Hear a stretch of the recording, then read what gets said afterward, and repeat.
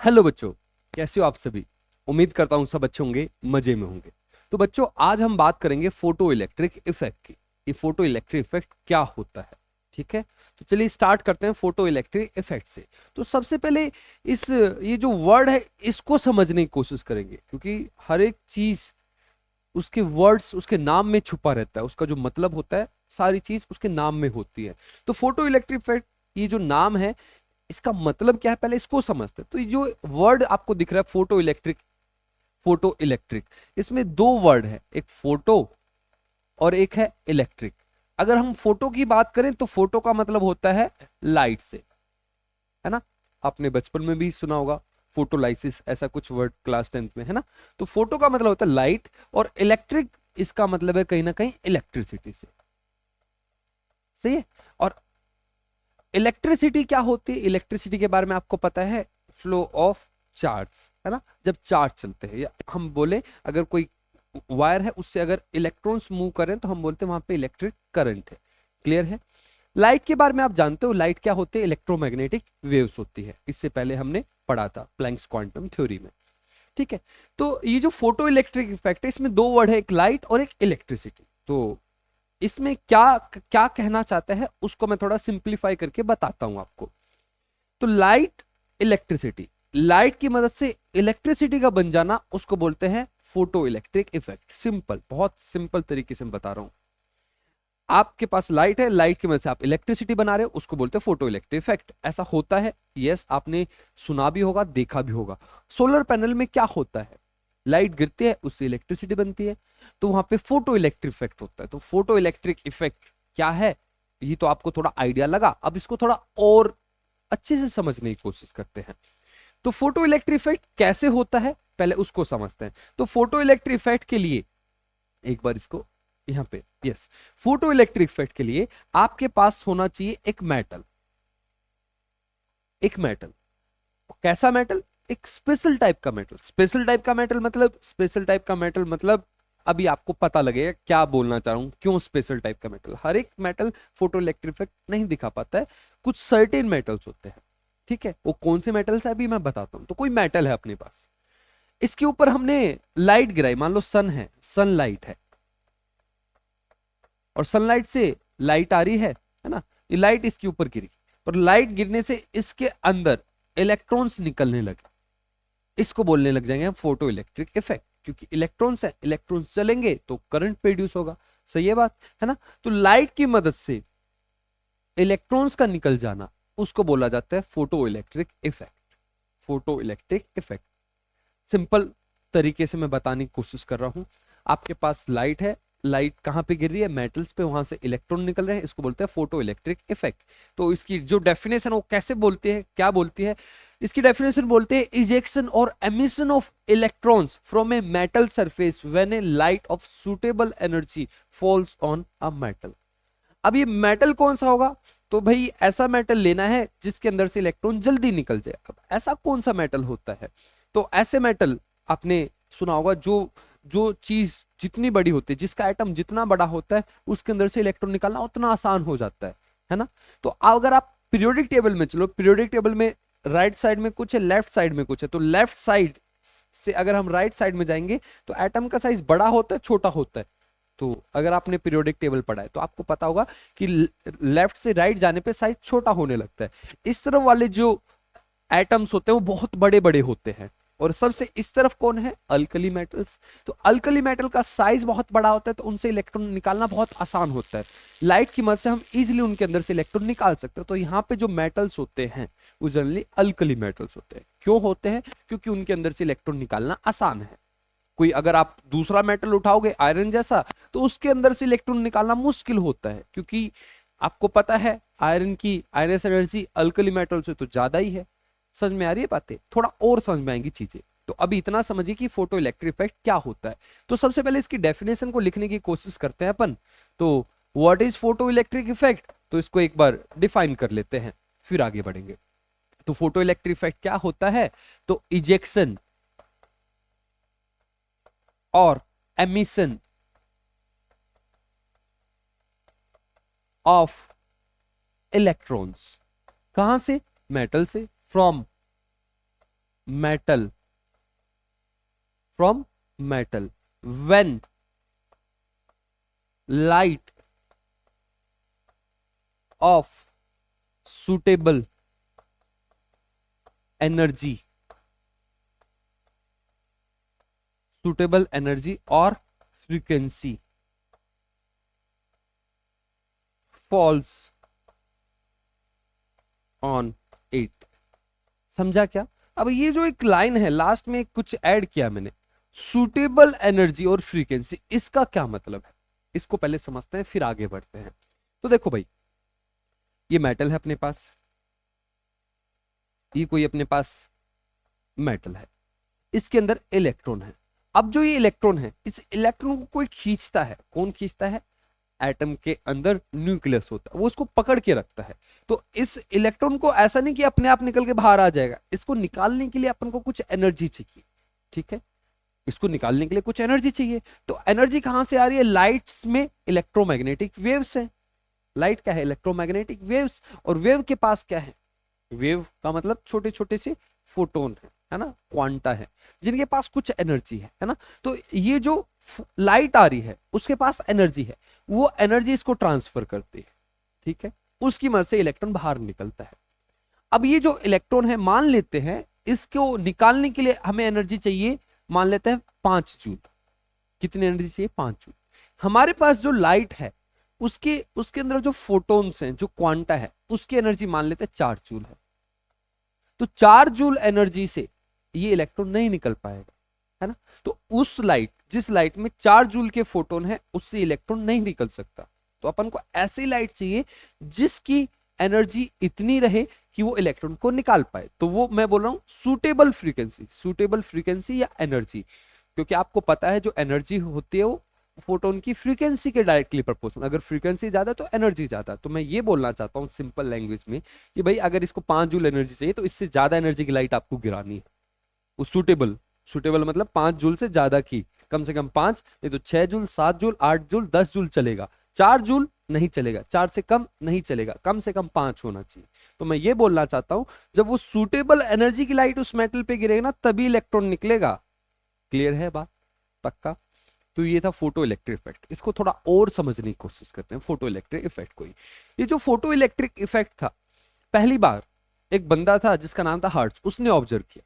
Hertz, आपने नाम सुना होगा, फ्रीक्वेंसी की यूनिट्स होती है हर्ट्ज, वही साइंटिस्ट हर्ट्ज ने इसको ऑब्जर्व किया था। तो हर्ट्ज ने कुछ चीजों को ऑब्जर्व किया था जब फोटो इलेक्ट्रिक इफेक्ट वो कर रहा था, मतलब जब वो इस चीज के बारे में पढ़ रहा था, फोटो इलेक्ट्रिक। तो पहली चीज उसने क्या ऑब्जर्व करी कि भाई जैसे अपना मेटल है, मेटल के ऊपर जैसे ही लाइट गिरती है वैसे इलेक्ट्रॉन बाहर।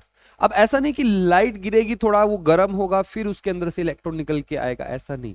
जिस मोमेंट पे, जैसे अभी लाइट का सोर्स बंद कर हटाया, जैसे लाइट का सोर्स हटा, लाइट गिरी, इलेक्ट्रॉन बाहर। तो हर्ट्ज का क्या मतलब ऑब्जर्वेशन थी? तो हर्ट्ज ने पहली चीज ऑब्जर्व की कि जैसे इलेक्ट्रॉन गिरता है वैसे इलेक्ट्रॉन बाहर आ जाता है, बिना किसी टाइम लिए, बिना किसी टाइम लेग के। तो पहली उसकी ऑब्जर्वेशन थी। तो पहला पॉइंट अगर हम लिखने की कोशिश करें इसमें फोटो इलेक्ट्रिक इफेक्ट में, तो हम ये बोलेंगे कि भाई जो ये इजेक्शन होता है इलेक्ट्रॉन का, इलेक्ट्रॉन निकलते हैं, तो ejection of electron takes place as soon as light falls on metal surface, बिल्कुल उसी मोमेंट पे metal surface, without any time lag. मतलब उसमें थोड़ा सा भी टाइम नहीं लगता होगा बहुत कम, लेकिन वो ना के बराबर है। ठीक है, तो हम क्या बोलना चाह रहे हैं कि जैसी लाइट गिरते वैसे का वैसा इलेक्ट्रॉन बाहर निकल के आता है। हर्ट्ज का पहला ऑब्जर्वेशन था ऐसा। ठीक है, दूसरी ऑब्जर्वेशन को देखते हैं। हर्ट्ज दूसरा क्या ऑब्जर्व कर रहा था कि अगर आप लाइट की इंटेंसिटी बढ़ा दो, लाइट की इंटेंसिटी बढ़ाने का मतलब ज्यादा ब्राइट लाइट लो, ब्राइटनेस बढ़ा दो। जैसे आपके घर में एक छोटा बल्ब है, एक बहुत बड़ा बल्ब है, छोटे बल्ब की इंटेंसिटी कम, बड़े बल्ब की इंटेंसिटी ज्यादा। इंटेंसिटी का सिंपल बोले तो ब्राइटनेस से, है ना। तो हर्ट्ज ने क्या ऑब्जर्व किया कि अगर हम ज्यादा ब्राइट लाइट डालेंगे, ज्यादा इंटेंसिटी की लाइट डालेंगे तो ज्यादा इलेक्ट्रॉन्स निकलते हैं। क्यों निकलते हैं समझेंगे, वो एक्सप्लेनेशन में आएगा। अभी हम ऑब्जर्वेशन की बात करें कि वो क्या क्या ऑब्जर्व कर रहा है, तो इनको हम एक्सप्लेन करेंगे, टेंशन मत लो। तो ऐसा क्यों हो रहा है, पहले तो वो देख लेते हैं कि मतलब चल क्या रहा है, वहां हो क्या रहा है। तो अगर हम इंटेंसिटी बढ़ा देते हैं लाइट की तो ज्यादा नंबर ऑफ इलेक्ट्रॉन्स निकलते हैं। ठीक है, तो मैं क्या लिखूंगा, number of ejected electrons are directly proportional, दिख रहा है क्या वहां पे, प्रोपोर्शनल, यस दिख तो रहा है, एक मिनट, तो प्रोपोर्शनल किसके proportional, to the intensity of light. ज्यादा इंटेंसिटी होगी तो ज्यादा इलेक्ट्रॉन्स निकलेंगे। ठीक है, ये दूसरा पॉइंट है। तीसरे पॉइंट की तरफ बढ़ते हैं, ये बहुत इंपॉर्टेंट पॉइंट है, ये मतलब सबसे इंपॉर्टेंट पॉइंट, इसको थोड़ा ध्यान से समझना, बहुत आराम से समझना इसको। क्या बोलता है तीसरा पॉइंट, क्या हर्ट्ज ने ऑब्जर्व किया कि भाई हर एक मेटल है ना, कोई भी मेटल है उसकी एक सर्टेन एनर्जी है उसके अंदर से इलेक्ट्रॉन निकालने के लिए, हर एक मेटल के लिए अलग अलग है। अगर उस एनर्जी की लाइट गिरेगी उसके ऊपर तभी वो इलेक्ट्रॉन निकलेगा। जैसे मैंने पहले एग्जांपल लिया, तो उस मेटल के अंदर से इलेक्ट्रॉन निकालने के लिए कम से कम कितनी एनर्जी चाहिए थी, 5 जूल, है ना। 5 जूल से कम एनर्जी की लाइट आएगी तो फोटो इलेक्ट्रिक इफेक्ट नहीं होगा, 5 जूल से ज्यादा क्या आएगी, फोटो इलेक्ट्रिक इफेक्ट होगा। तो हर एक मेटल के लिए वो जो वैल्यू है वो अलग अलग, लेकिन है हर एक मेटल की है, किसी की कम है किसी की ज्यादा है। तो ये बात कर रहा था कौन, हर्ट्ज, ये मतलब ये ऑब्जर्व कर रहा था। तो उसने क्या किया, क्या ऑब्जर्व किया, each metal has a certain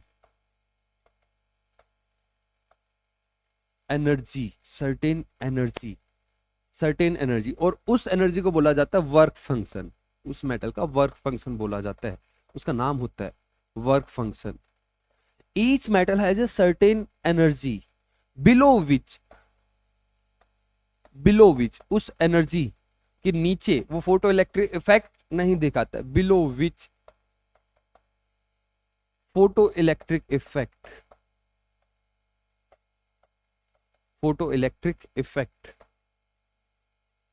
does not occur. समझ रहे हो इस बात को पक्का। क्या बोल रहा है, each metal has a certain energy, photo electric effect दिखाने के लिए उस एनर्जी से कम कि अगर लाइट आएगी तो फोटो इलेक्ट्रिक इफेक्ट देखने को नहीं मिलेगा। क्यों नहीं मिलेगा, क्योंकि इलेक्ट्रॉन से नहीं निकलेंगे भाई।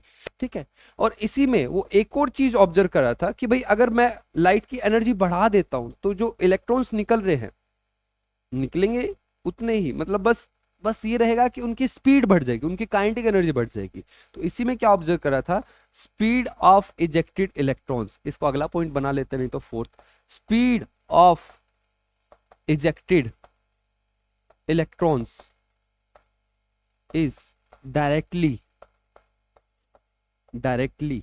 proportional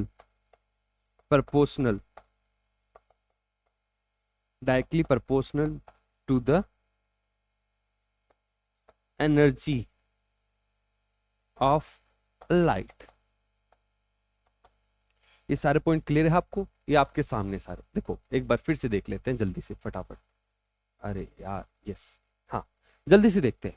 तो पहला पॉइंट क्या है कि हर्ट्ज क्या ऑब्जर्व कर रहा है कि जैसे लाइट गिरते हैं इलेक्ट्रॉन बाहर। दूसरा पॉइंट क्या ऑब्जर्व करता है कि भाई अगर ज्यादा इंटेंसिटी की लाइट डालोगे तो ज्यादा इलेक्ट्रॉन्स निकलेंगे। और तीसरी क्या चीज ऑब्जर्व करता है, तीसरी चीज ऑब्जर्व करता है कि भाई अगर कोई भी मेटल लें तो उसको फोटो इलेक्ट्रिक इफेक्ट दिखाने के लिए एक मिनिमम एनर्जी की जरूरत पड़ती है। वो जो मिनिमम एनर्जी है उसी को हम क्या बोलते हैं, each metal has a certain energy below which photoelectric effect does not occur, और उस मिनिमम एनर्जी को बोलते हैं वर्क फंक्शन। ठीक है, उसके बाद उसने एक और चीज, इसी के अंदर एक और चीज ऑब्जर्व की कि अगर हम ज्यादा एनर्जी की लाइट डालेंगे तो जो इलेक्ट्रॉन्स निकल रहे हैं उनके पास ज्यादा एनर्जी होती है, काइनेटिक एनर्जी, मतलब ज्यादा स्पीड से मूव कर रहे होते हैं। ये चीजें हर्ट्ज ने ऑब्जर्व करी थी। अब हर्ट्ज के पास है ना उस टाइम पे ये क्यों हो रहा है वो उसका एक्सप्लेनेशन नहीं था। उस टाइम पे पुरानी एक थ्योरी होती थी wave classical theory. Classical wave theory, उल्टा बोल दिया, क्या बोल रहा हूँ यार, क्लासिकल वेव थ्योरी। तो क्लासिकल वेव थ्योरी से ये सारी चीजें एक्सप्लेन नहीं हो रही थी। तो फिर अपने बहुत फेमस साइंटिस्ट है जिनका नाम है, आप सब जानते होंगे, एल्बर्ट आइंस्टाइन, जिसके जिसके लिए उनको नोबेल प्राइज मिला। तो एल्बर्ट आइंस्टाइन ने नोबेल प्राइज किस लिए मिला? इसी चीज के लिए, फोटो इलेक्ट्रिक इफेक्ट के लिए। तो एल्बर्ट आइंस्टाइन ने क्या किया था कि ये जो ऑब्जर्वेशन है, ऐसा क्यों हो रहा है, मेटल से इलेक्ट्रॉन क्यों निकल रहे हैं, और वो इंटेंसिटी बढ़ाने से ज्यादा इलेक्ट्रॉन्स क्यों निकल रहे हैं, और हर एक मेटल की एक मतलब वर्क फंक्शन क्यों होता है, इन सारी चीजों को एक्सप्लेन किया एल्बर्ट आइंस्टाइन ने। और उन सबको एक्सप्लेन करने के लिए उसने जो मदद ली वो ली प्लैंक्स क्वांटम थ्योरी की, ना कि पुरानी वाली थ्योरी की। क्लासिकल वेव थ्योरी की मदद नहीं ली, प्लैंक्स क्वांटम थ्योरी की। और वहां से ये पक्का हो गया कि जो प्लैंक्स बोल रहा है वो बात बिल्कुल सही है। प्लैंक्स बोलता था कि किसी भी चीज से जो जो एनर्जी निकलते हैं, एब्जॉर्ब होते हैं, हमेशा छोटे छोटे टुकड़ों में होती है, छोटे छोटे पैकेट्स में होती है। इस बात, प्लैंक्स की जो थ्योरी थी उसका जो मतलब प्रूफ है वो ये इफेक्ट है, फोटो इलेक्ट्रिक इफेक्ट। क्योंकि उस थ्योरी की मदद से हम इसको एक्सप्लेन कर सकते हैं, पुरानी वाली थ्योरी की मदद से इसको एक्सप्लेन नहीं कर सकते हैं। ठीक है, तो ये फोटो इलेक्ट्रिक इफेक्ट हम पढ़ क्यों रहे हैं? इसका मेन रीजन ये है कि भाई जो प्लैंक्स बोल के गया था वो बात सही है गलत है, वो ऐसे ही बोल रहा है क्या, तो उसका प्रूफ बताने के लिए अपने पास है फोटो इलेक्ट्रिक इफेक्ट। ठीक है, तो फोटो इलेक्ट्रिक इफेक्ट को अब एक्सप्लेन करते हैं जैसे आइंस्टाइन ने किया था। तो आइंस्टाइन का क्या कहना था इन सारी चीजों को मतलब ऑब्जर्व, इनको एक्सप्लेन करने के लिए? तो आइंस्टाइन का कहना था कि भाई आप लाइट को है ना, लाइट को ये मत समझो कि उसके अंदर से लगातार कंटिन्यूअस वेव आती जा रही है, ये मत समझो। वो बोलता है कि लाइट को आप है ना ऐसे समझिए कि कोई बीम ऑफ लाइट आ रही है, मान लो जैसे आप कार में जा रहे हो, तो कार में हाई बीम लो बीम होते हैं ना, तो बीम है एक, ऐसे लाइट आ रही है ऐसे सीधी, है ना। तो आप ये मत समझिए कि ये जो लाइट आ रही है इसके अंदर ऐसे बहुत सारी कंटिन्यूअस वेव आ रही। तो उसका कहना था कि ये जो बीम आ रही है इसके अंदर है ना छोटे छोटे पैकेट्स हैं, छोटे छोटे पैकेट्स हैं, जैसे आपके प्लैंक्स ने बोला था कि ये जो बीम है, ऐसे गाड़ी के सामने से जो बीम आ रही है उसके अंदर छोटे छोटे पैकेट्स हैं एनर्जी के, है ना। समझ में आ रही है बातें? तो आइंस्टाइन का कहना था पहली चीज आप ये इमेजिन कीजिए कि जो लाइट आती है उसके अंदर बहुत छोटे छोटे पैकेट्स हैं एनर्जी के, जिनको आइंस्टाइन ने फोटोन बोला था, हम क्वांटा भी बोल सकते हैं।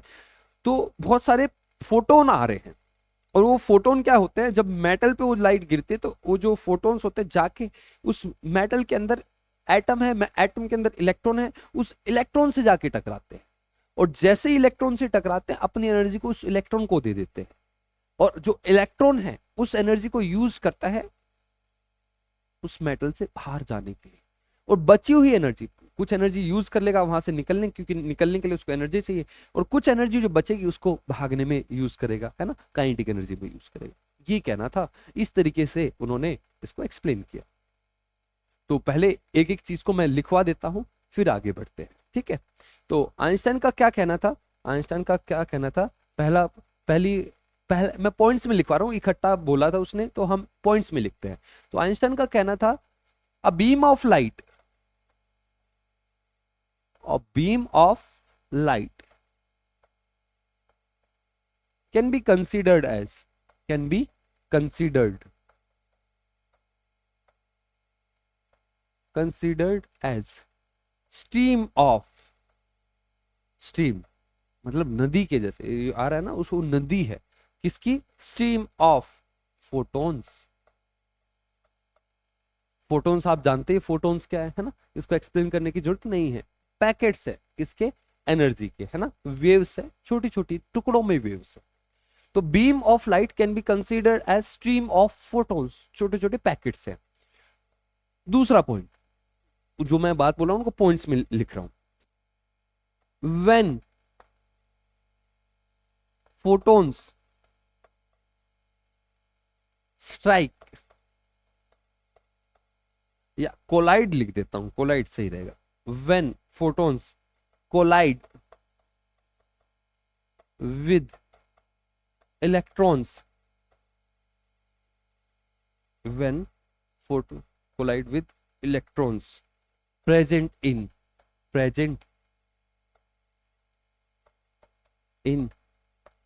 metal, it transfer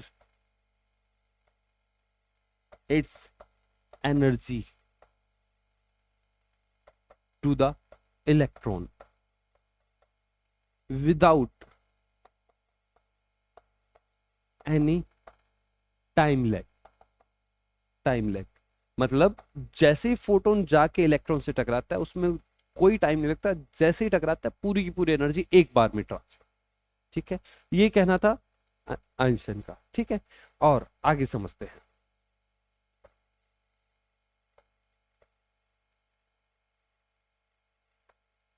एनर्जी, एक मिनट तो बस मुझे, electron use this energy, use this energy, जो फोटोन से एनर्जी मिले, use this energy to escape the metal surface, जिसको हम बोलते हैं वर्क फंक्शन। मेटल से निकलने के लिए जो एनर्जी लगेगी उसको उसको बोलेंगे वर्क फंक्शन। ठीक है, electron use this energy to escape the metal surface and rest of the energy, rest of the energy to increase its kinetic energy. समझ रहा है क्या? जैसे मान लो मेरे मैं यहाँ पे बंधा हुआ हूँ, है ना, पीछे से स्प्रिंग से, तो कोई चीज ऐसे बहुत भारी सी चीज, एक फोटोन आया मुझसे टकराया, मैं इलेक्ट्रॉन हूँ, मुझसे टकराया और सारी एनर्जी मुझे देती, तो ये स्प्रिंग को तोड़ने में जितनी एनर्जी चाहिए थी उससे ज्यादा एनर्जी मुझे मिल रही है। अगर उससे कम एनर्जी मिलती तो मैं बस थोड़ा सा हिलता, वापिस यहीं पे आ जाता, है ना। तो कहने का मतलब क्या, एक फोटोन आ रहा है जिसकी एनर्जी, जितनी जितनी एनर्जी स्प्रिंग को तोड़ने के लिए चाहिए उससे ज्यादा एनर्जी वो दे रहा है मुझे। तो जैसे ही मुझे एनर्जी मिलेगी मैं तोड़ के यहां से निकलूंगा, है ना। जैसे ही टूट गया, बाकी जो बची हुई एनर्जी उससे मैं भागूंगा, है ना, वो काइनेटिक एनर्जी में जाएगी। ऐसा ही कुछ हो रहा है फोटो इलेक्ट्रिक इफेक्ट में, आइंस्टाइन का कहना था। ठीक है, ये बात समझ में आ रही है। अगली चीज, अगर हम इंटेंसिटी बढ़ा देते हैं तो ज्यादा इलेक्ट्रॉन्स निकलते हैं। तो आइंस्टाइन का कहना था जब आप इंटेंसिटी बढ़ा रहे हो, तो इंटेंसिटी बढ़ाने का मतलब क्या है, आइंस्टाइन का कहना है कि मान लो एक आपके पास छोटा बल्ब है, एक बड़ा बल्ब है, तो इंटेंसिटी ज्यादा होने का मतलब क्या, इसकी ब्राइटनेस ज्यादा, इसकी ब्राइटनेस कम। तो इंटेंसिटी ज्यादा होने का मतलब ये नहीं होता कि उसकी एनर्जी बढ़ गई है। मान लो ये रेड कलर है और ये भी रेड कलर है, तो इससे जो वेव्स निकल रहे, जो फोटोन्स निकल रहे हैं, इससे जो फोटोन्स निकल रहे हैं, दोनों की वेवलेंथ सेम है, दोनों की फ्रीक्वेंसी सेम है, दोनों की एनर्जी भी सेम है ना। तो इंटेंसिटी ज्यादा होने का मतलब ये नहीं होता कि एनर्जी ज्यादा हो जाती है, ऐसा पहले लोग सोचते थे, ऐसा नहीं होता। इंटेंसिटी ज्यादा होने का मतलब बस इतना होता है कि इसके अंदर से ज्यादा फोटोन्स निकल रहे हैं, यहां से ज्यादा फोटोन्स, यहां से कम फोटोन्स निकल रहे हैं, और जहां से ज्यादा फोटोन्स निकलेंगे तो मेटल पे जाके भी ज्यादा टकराएंगे, और ज्यादा टकराएंगे तो ज्यादा इलेक्ट्रॉन्स निकलेंगे। ये आइंस्टाइन ने प्रूव किया। पहले लोगों को समझ में नहीं आ रहा था, यार हम इंटेंसिटी बढ़ाते जा रहे हैं लेकिन इलेक्ट्रॉन्स निकल ही नहीं रहे हैं। समझ में आ रही है बात, क्या बोलना चाह रहा हूं? देखो ये जो हर्ट्ज था उसने क्या ऑब्जर्व किया, बड़ी मजेदार चीज ऑब्जर्व करी। तो हर्ट्ज ने क्या ऑब्जर्व किया, कोई मेटल है, वो पोटेशियम लिया था उसने, पोटेशियम था और वो रेड लाइट को ले रहा था। तो रेड लाइट ली उसने, तो रेड लाइट को इसके ऊपर गिरा रहा था, तो रेड लाइट के पास एनर्जी कम होती है, तो पोटेशियम के की जो मतलब वर्क फंक्शन है अ, उससे कम एनर्जी ये देती है रेड लाइट, उसके जो फोटोन्स होते हैं उसके पास इतनी एनर्जी नहीं होती। तो ये जो अपना क्या नाम था इसका, हर्ट्ज, तो हर्ट्ज क्या देख रहा था कि रेड लाइट है उसको गिरा रहा हूं तो इलेक्ट्रॉन निकल ही नहीं रहे, फोटो इलेक्ट्रिक इफेक्ट हो ही नहीं रहा है। तो उसने इसकी इंटेंसिटी बढ़ा दी, बहुत ज्यादा इंटेंसिटी की रेड लाइट आई, फिर भी कुछ नहीं हुआ। पहले लोग ऐसे समझते हैं इंटेंसिटी बढ़ाने से एनर्जी बढ़ जाती है, तो उसको ऐसा लग रहा था कि भाई इंटेंसिटी बढ़ा देंगे तो एनर्जी बढ़ जाएगी, एनर्जी बढ़ जाएगी तो इलेक्ट्रॉन निकलना चाहिए, लेकिन नहीं निकल रहा है। ये लोग गलत समझते थे, ये क्लासिकल वेव थ्योरी थी और वही बात गलत थी, है ना। समझ में आ रही है बात? तो हो क्या रहा है एक्चुअली, ये आइंस्टाइन ने प्रूव किया, ये अपना हर्ट्ज उस चीज को एक्सप्लेन नहीं कर रहा। तो आइंस्टाइन का क्या कहना था कि भाई जब आप रेड लाइट ले रहे हो तो आप चाहे उसकी कितनी भी इंटेंसिटी बढ़ा रहे हो, उसके फोटोन तो वही है, सेम है, उनकी एनर्जी तो वही है भाई, एनर्जी कहाँ बढ़ा रहे हो आप। तो इसने, ये हर्ट्ज था, हर्ट्ज ने येलो लाइट ली, येलो लाइट की एनर्जी ज्यादा होती है, और येलो लाइट की बहुत डिम लाइट ली, मतलब उसकी ब्राइटनेस कम थी, उसकी इंटेंसिटी कम थी, लेकिन फिर भी फोटो इलेक्ट्रिक इफेक्ट हो गया। कैसे? क्लासिकल वेव थ्योरी पागल हो जाएगी लेकिन कभी इसको एक्सप्लेन नहीं कर पाएगी। ये एक्सप्लेन हम कर सकते हैं सिर्फ और सिर्फ प्लैंक्स क्वांटम थ्योरी से, जब हम ये मानेंगे कि ये जो लाइट है इसके अंदर छोटे छोटे से फोटोन है और फोटोन की एनर्जी किस पे डिपेंड करती है, फ्रीक्वेंसी पे। जब हम ऐसा मानेंगे तभी हम ये प्रूव कर पाएंगे, नहीं तो कभी प्रूव नहीं कर सकते। ठीक है, समझ में आ रही है बात क्या बोलना चाह रहा हूं मैं। तो लास्ट पॉइंट क्या था, कहां गए हम, हाँ, तो एक और पॉइंट कि भाई अगर इंटेंसिटी बढ़ा रहे हो तो इंटेंसिटी बढ़ाने से क्या हो रहा है, एनर्जी नहीं बढ़ रही है, क्या हो रहा है, जो फोटोन्स हैं उनकी संख्या बढ़ रही है, नंबर ऑफ फोटोन्स इंक्रीज हो रहे हैं और उसकी वजह से ज्यादा इलेक्ट्रॉन्स निकल रहे हैं। On increasing the intensity of light, intensity of light, number of photons striking on metal surface increases, so number of ejected electrons increases। सही है बात, पक्का। अब इसका एक छोटा सा फॉर्मूला है, उसको और देख लेते हैं। तो आइंस्टाइन का, भाई साहब का क्या कहना था, आइंस्टाइन का कहना था भाई फोटोन आ रहा है, बहुत सिंपल तरीके से समझाते हैं आइंस्टाइन। साइंटिस्ट होते हैं, ज्यादा कॉम्प्लिकेट नहीं करते चीजों को, ना ही हमें करना है, ये सारी चीजें बहुत आसान है अगर आप ध्यान से समझने की कोशिश करो, उनको फील करने की कोशिश करो। आइंस्टाइन का कहना है कि भाई ये जो मेटल है, मेटल पे एक फोटोन आ रहा है ना, इसके पास कुछ एनर्जी, कितनी एनर्जी है वो, एच न्यू, है ना। फोटोन की एनर्जी कितनी होती है, E equal to h nu. ये फोटोन आ रहा है, यहाँ पे एक अंदर इलेक्ट्रॉन बैठा हुआ है, तो ये उससे टकराएगा और अपने सारी एनर्जी इसको देगा। अब ये इलेक्ट्रॉन कहाँ यूज करेगा उसको, एक तो पहली एनर्जी को यूज करेगा यहाँ से निकलने के लिए, यहाँ से निकलने के लिए जो एनर्जी लगती है उसको बोलते हैं वर्क फंक्शन। मान लो इलेक्ट्रॉन यहाँ पे आ गया, वर्क फंक्शन, मेटल से निकल के आ गया। अब बाकी जो बची हुई एनर्जी उसको यूज करेगा अपनी काइनेटिक एनर्जी में। एक एग्जाम्पल समझाता हूँ, मान लो ये मेटल है, यहाँ पे इलेक्ट्रॉन है, इस इलेक्ट्रॉन को यहाँ से निकलने के लिए चाहिए एनर्जी 10 जूल। मैंने एनर्जी दी 15 जूल, मतलब जो फोटोन आ रहा है उसके पास 15 जूल एनर्जी, मान रहा हूं मैं ऐसा, ठीक है, इतनी नहीं होती है फोटोन के पास एनर्जी। तो मान लेते हैं इस फोटोन के पास 15 जूल एनर्जी है और इस इलेक्ट्रॉन को निकलने के लिए यहाँ से 10 जूल एनर्जी चाहिए।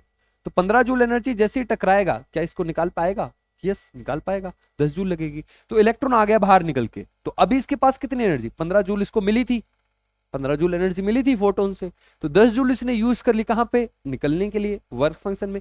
बाकी कितनी एनर्जी बची, 5 जूल। इस एनर्जी को कहां पे यूज करेगा, वो यूज करेगा अपनी स्पीड बढ़ाने के लिए। अगर मैं 20 जूल एनर्जी का फोटोन लेता, अब जो इलेक्ट्रॉन निकलता उसके पास कितनी एनर्जी होती, 10 जूल। तो जो बात है कि भाई अगर हम लाइट की एनर्जी बढ़ा देंगे तो इलेक्ट्रॉन जो निकल रहा है उसकी काइनेटिक एनर्जी बढ़ जाती है ना। ज्यादा एनर्जी बढ़ाने से नंबर ऑफ इलेक्ट्रॉन्स इंक्रीज नहीं करेंगे, number of ejected electrons increase नहीं करेंगे, तो इंटेंसिटी पे डिपेंड करता है ना। तो ज्यादा एनर्जी बढ़ाने से लाइट की, तो क्या चेंज होता है, इलेक्ट्रॉन्स की काइनेटिक एनर्जी वो ज्यादा हो जाती है। ठीक है, अच्छा एक चीज हमेशा याद रखना, एक टाइम पे एक इलेक्ट्रॉन से एक ही फोटोन टकराता है, एक टाइम पे एक इलेक्ट्रॉन एक ही फोटोन से इंटरेक्ट कर पाता है। अब ये मत सोच लेना कि एक इलेक्ट्रॉन आ रहा है यहाँ पे 10 जूल का, दूसरा आया 10 जूल, दोनों एक साथ टकरा गए, ऐसा नहीं होता, एक टाइम पे एक ही टकराता है। सही है बात। तो आइंस्टाइन कैसे इसको एक्सप्लेन कर रहा था, तो आइंस्टाइन का कहना है कि भाई जो फोटोन की एनर्जी है वो होती है एच न्यू। ये फोटोन की एनर्जी इलेक्ट्रॉन के पास चले गई और इलेक्ट्रॉन ने उसको यूज किया पहली चीज वर्क फंक्शन में। वर्क फंक्शन क्या है, कम से कम एनर्जी जो इलेक्ट्रॉन को चाहिए रहते हैं किसी मेटल सरफेस से बाहर आने के लिए, वर्क फंक्शन प्लस बाकी एनर्जी कहां गई, काइनेटिक एनर्जी में। किसकी काइनेटिक एनर्जी, इलेक्ट्रॉन। सही है, ये अपना एक्सप्रेशन है फोटो इलेक्ट्रिक इफेक्ट का। समझ में आ रही है बात। अगर हम फॉर्मूले की बात करें, h nu is equal to work function plus kinetic energy का formula half m v square. Mass किसका, इलेक्ट्रॉन का, वेलोसिटी किसकी, इलेक्ट्रॉन की। ठीक है, अच्छा एक छोटा सा क्वेश्चन है आपसे, एक क्वेश्चन का आंसर देना, फिर हम वापस पीछे आएंगे। मान लो ये अपना मेटल है और इस मेटल को यहां से निकलने के लिए है ना, मेटल के अंदर एक इलेक्ट्रॉन है और इस इलेक्ट्रॉन को यहां से निकलने के लिए 5 जूल एनर्जी चाहिए, 5 जूल एनर्जी चाहिए। मैंने एक फोटोन डाला यहाँ पे, मैंने यहाँ पे एक फोटोन डाला, फोटोन, और इसकी एनर्जी है 4 जूल। क्या इलेक्ट्रॉन निकल पाएगा वहां से? नहीं निकल पाएगा, है ना। अगर मैं डालू 5 जूल तो ये इलेक्ट्रॉन निकल पाएगा? निकल पाएगा, है ना, इलेक्ट्रॉन निकल पाएगा, ये इलेक्ट्रॉन को निकाल देगी 5 जूल का। अगर मेरे पास फोटोन रहा, अगर मेरे पास 6 जूल का रहा तो तब भी इलेक्ट्रॉन निकलेगा, अगर मेरे पास 7 जूल का रहा तब भी निकलेगा, अगर मेरे पास 3 जूल का रहा तो इलेक्ट्रॉन्स नहीं निकलेगा। तो आपको समझ में आ रहा है कम से कम कितनी एनर्जी है, कम से कम कितनी एनर्जी है, कम से कम एनर्जी इसको चाहिए 5 जूल, मिनिमम इतनी रिक्वायरमेंट है। यहां से फोटो इलेक्ट्रिक इफेक्ट नहीं होगा, यहां से नहीं होगा, यहां से हो जाएगा, यहां से, लेकिन कम से कम कितने चाहिए? 5 जूल, और इस 5 जूल को ही हम बोलते हैं वर्क फंक्शन। ठीक है, समझ में आ रही है बात। तो जब वो मिनिमम एनर्जी हम उसको देंगे तो उस टाइम पे मान लो इलेक्ट्रॉन निकल के आ गया, इसकी काइनेटिक एनर्जी कितनी होगी ये पूछना चाहता हूं। इसके पास तो बाकी एनर्जी बची नहीं, अब ये इलेक्ट्रॉन मूव ही नहीं करेगा, वहीं पे रुक जाएगा। समझ में आ रही है बात। ये बस निकल के आ गया, अब आगे मूव ही नहीं कर पाया, इसकी काइनेटिक एनर्जी होगी 0। तो जब काइनेटिक एनर्जी होती है, तो जब काइनेटिक एनर्जी 0 होती है उस टाइम पे जो लाइट आ रही है उसकी एनर्जी बिल्कुल एग्जैक्टली इक्वल होती है जो उसको मिनिमम एनर्जी चाहिए रहती है वर्क फंक्शन की। समझ में आ रही है बात। मैं मैथमेटिकली चीजों को समझाने की कोशिश करता हूं कि जब भाई काइनेटिक एनर्जी 0 हो जाएगी, ये 0 हो जाएगा, तो एच न्यू किसके इक्वल होगा? वर्क फंक्शन के। जो अपने फोटोन्स की जो एनर्जी है वो किसके इक्वल होगी? वर्क फंक्शन की। और उस टाइम पे जो फ्रीक्वेंसी होती है, उस टाइम पे जो फ्रीक्वेंसी होती है उस वेव की, उसको हम स्पेशली डिनोट कर देते हैं, एच न्यू नोट बोल देते हैं। और इस फ्रीक्वेंसी को बोला जाता है थ्रीशोल्ड फ्रीक्वेंसी। इसको बोला जाता है थ्रीशोल्ड फ्रीक्वेंसी। तो व्हाट इज थ्रीशोल्ड फ्रीक्वेंसी? तो मिनिमम एनर्जी, अब एनर्जी और फ्रीक्वेंसी एक दूसरे के डायरेक्टली प्रोपोर्शनल है। तो थ्रेशोल्ड फ्रीक्वेंसी क्या होता है? Minimum energy at which photo electric effect will take place. कम से कम इतनी एनर्जी चाहिए, अगर इससे कम हो गई तो ये वाला पार्ट कम हो जाएगा, तो वर्क इलेक्ट्रॉन निकलेगा नहीं। तो ये जो इलेक्ट्रॉन को निकालना है, फोटो इलेक्ट्रिक इफेक्ट को दिखाना है, तो आपकी जो फोटोन्स आ रहा है उसकी एनर्जी थ्रेशोल्ड फ्रीक्वेंसी से ज्यादा होनी चाहिए। क्लियर है। इसके बेस पे एक दो क्वेश्चन करते हैं और फिर चीजों को और अच्छे समझने की कोशिश करते हैं। ये था अपना photo electric effect. I hope आपको क्लियर होगा। अगर तो चलिए एक दो क्वेश्चनों को देख लेते हैं। फोटो इलेक्ट्रिक इफेक्ट पे किस टाइप के क्वेश्चन बन सकते हैं, है ना, उनको सोल्व कैसे करेंगे। तो हमेशा क्वेश्चन को ना पहले आराम से पढ़ना होता है, उसको समझना होता है। तो पहले इस क्वेश्चन को पढ़ते हैं, समझते हैं, फिर आगे सॉल्व करते हैं।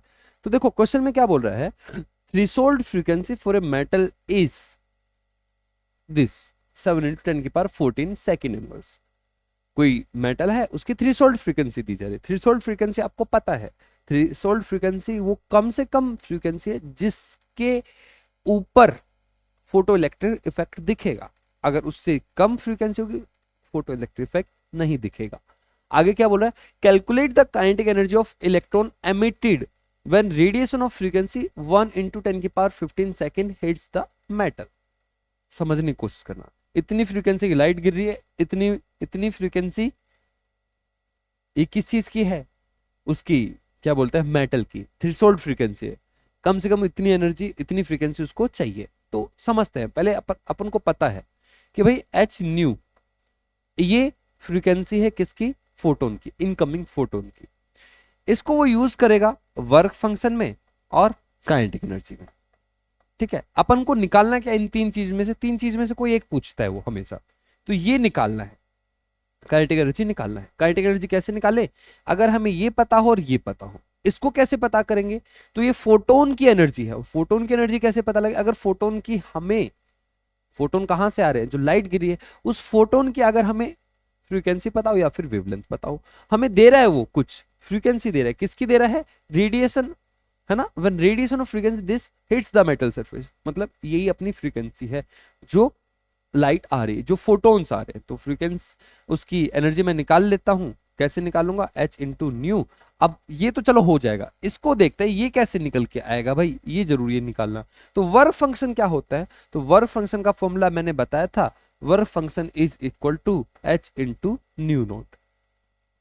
न्यू नोट क्या होती है, थ्रेशोल्ड फ्रीक्वेंसी, इसकी मदद से आप इसको निकाल सकते हो। तो h nu nought plus kinetic energy, अपन को काइनेटिक एनर्जी चाहिए, काइनेटिक एनर्जी को एक साइड रखते हैं, kinetic energy is equal to h nu nought minus h nu. सही है बात, नहीं सही कहां पे है, उल्टा कर दिया मैंने, ये ऐसे बनना था, काइनेटिक एनर्जी को यहीं पे रखा, इसको उस तरफ भेजा, h new minus h nu note. सही है, h को कॉमन ले लिया, न्यू कितना है मेरा, न्यू है मतलब न्यू जो रेडिएशन आ रहा है, जो फोटोन आ रहा है उसकी फ्रीक्वेंसी 10 की पावर 15 माइनस 7 इंटू 10 की पावर 14। सही है, इसको तो अब तो सॉल्व कर ही लोगे, मैथ वाले हो आप, मैथ तो आता ही होगा इतना, तो 6.626 इंटू 10 की पावर माइनस 34, और यहां से मैं ले लेता हूं 10 की पावर 14 को कॉमन, 10 की पावर 14 कॉमन लिया, 10 माइनस 7, ठीक है, ये कितना बचेगा 6.626 इंटू 10 की पावर माइनस 20, और वहां पे बचा होगा 3। ठीक है, अगर आप इसको सॉल्व करोगे ये बनेगा 1.98 इंटू 10 की पावर माइनस 19 जूल। ये अपनी आ गई काइनेटिक एनर्जी जो इलेक्ट्रॉन्स निकलेगा। सही है, समझ में आ रहा है। अगली क्वेश्चन की तरफ बढ़ते हैं। चलिए अगले क्वेश्चन को पहले समझने की कोशिश करो, समझिए आराम से, कोई जल्दबाजी नहीं है। क्या बोल रहा है, when electromagnetic radiation of wavelength 300 nanometre falls, light जो गिर रही है, जो फोटॉन्स आ रहा है उसकी मुझे वेवलेंथ पता है, तो आपको पहले ही पता हो जाना चाहिए आगे क्या क्या हो सकता है।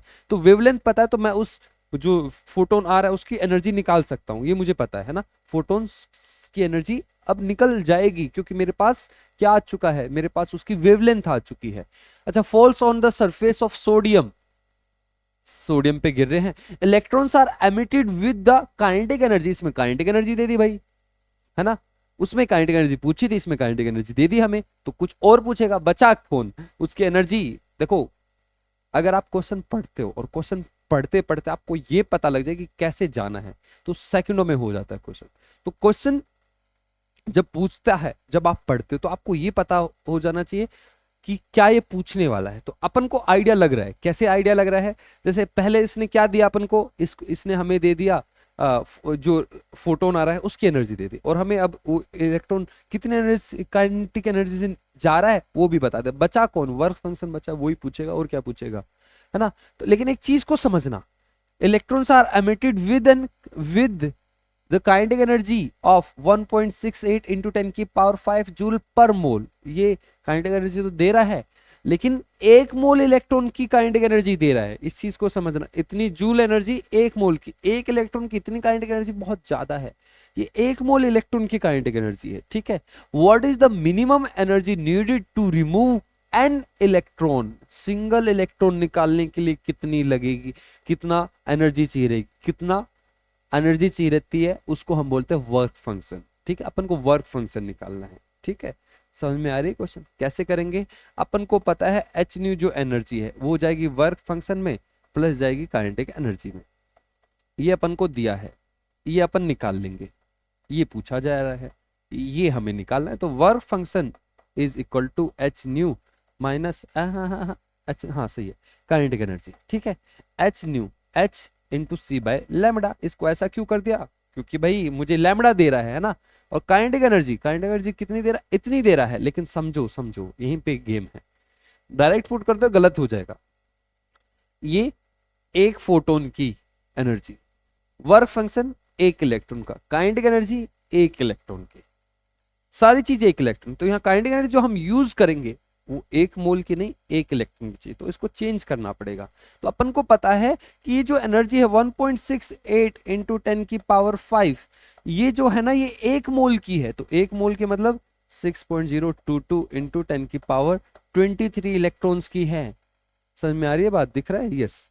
ये इतने इलेक्ट्रॉन्स की काइनेटिक एनर्जी, अगर मुझे एक इलेक्ट्रॉन की काइनेटिक एनर्जी चाहिए, सिर्फ एक इलेक्ट्रॉन की, तो उसको डिवाइड करना पड़ेगा, वो आएगा 1.68 इंटू 10 की पावर 5 और डिवाइड बाय 6.022 इंटू 10 की पावर 23। ऐसे ये एक इलेक्ट्रॉन की काइनेटिक एनर्जी है, ये 1 इलेक्ट्रॉन की क्या है, काइनेटिक एनर्जी।